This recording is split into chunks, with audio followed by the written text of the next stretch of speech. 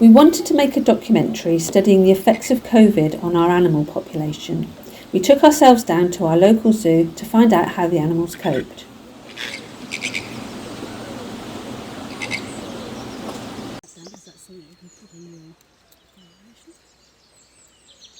Were many animals affected by the lack of visitors around the zoo? Some of our animals noticed the quieter days, as they typically gain a lot of stimulation from watching the steady stream of guests.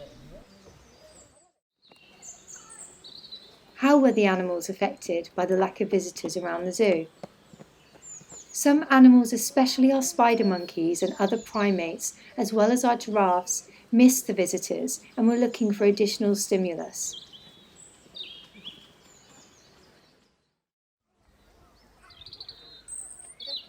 How did the animals react to the reopening of the zoo?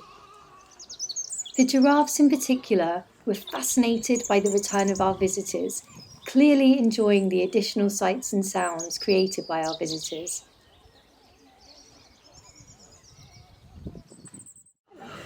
Do you think the animals were affected at all during the lockdown? Definitely, these guys were, because they're very social animals, and obviously as volunteers we weren't allowed to come into the zoo, but I think the passing keepers used to come in occasionally to try and make a fuss of them, but they definitely miss social interaction. Yeah. Especially the little children running around, I suppose. Yes, they're very, very sociable. Yeah. Do you think it's this area they were affected more than any of the other animals in the zoo? I think all the animals were really affected. I think they do notice that people aren't around, definitely. So they would have just seen, obviously the keepers would have been. That's right, just the keepers walking up and down, so very different for them. So these were the worst, you think, miss the interaction. Very sociable. Yes. Well, thank you for talking to us. Okay.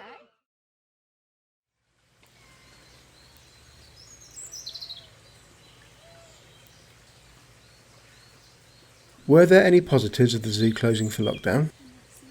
Whilst lockdown caused disruptions and added additional steps to keep us regular schedules, there were some benefits to our zoos being closed in the short term. Having a quiet zoo meant that gardens and seasonal maintenance work, such as cutting back borders and mulching, which involves a lot of vehicle movements around the site, could go ahead throughout the day.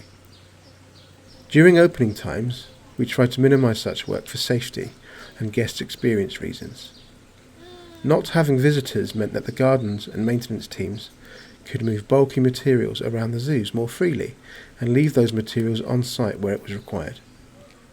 The gardens team also took the closures as an opportunity to carry out some important safety tree works, which would have been very disruptive to the guest experience were it to be carried out when the zoo is open. Were all living coast animals relocated to other zoos after it closed its doors?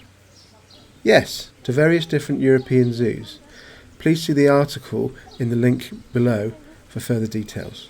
You can find this in the description of the video. Due to COVID restrictions, were there any problems relocating living coast animals? Yes, it did create added complications along with the additional restrictions imposed by Brexit. How were living coast staff affected by its closing? Did they move to another zoo? Many of the employees were able to apply for jobs at our sister zoo, Paignton Zoo. However, it also resulted in a number of redundancies. Were there any fundraising campaigns set up to help support the Wild Planet Trust? During the pandemic, the communication for both zoos highlighted ways in which people could donate to them, such as by adopting animals, donating online and donating via text. This inspired many locals to also fundraise on our behalf by running marathons, sponsored walks and raffles. Torbay Weekly also started a dedicated campaign. Please find further details in the links below.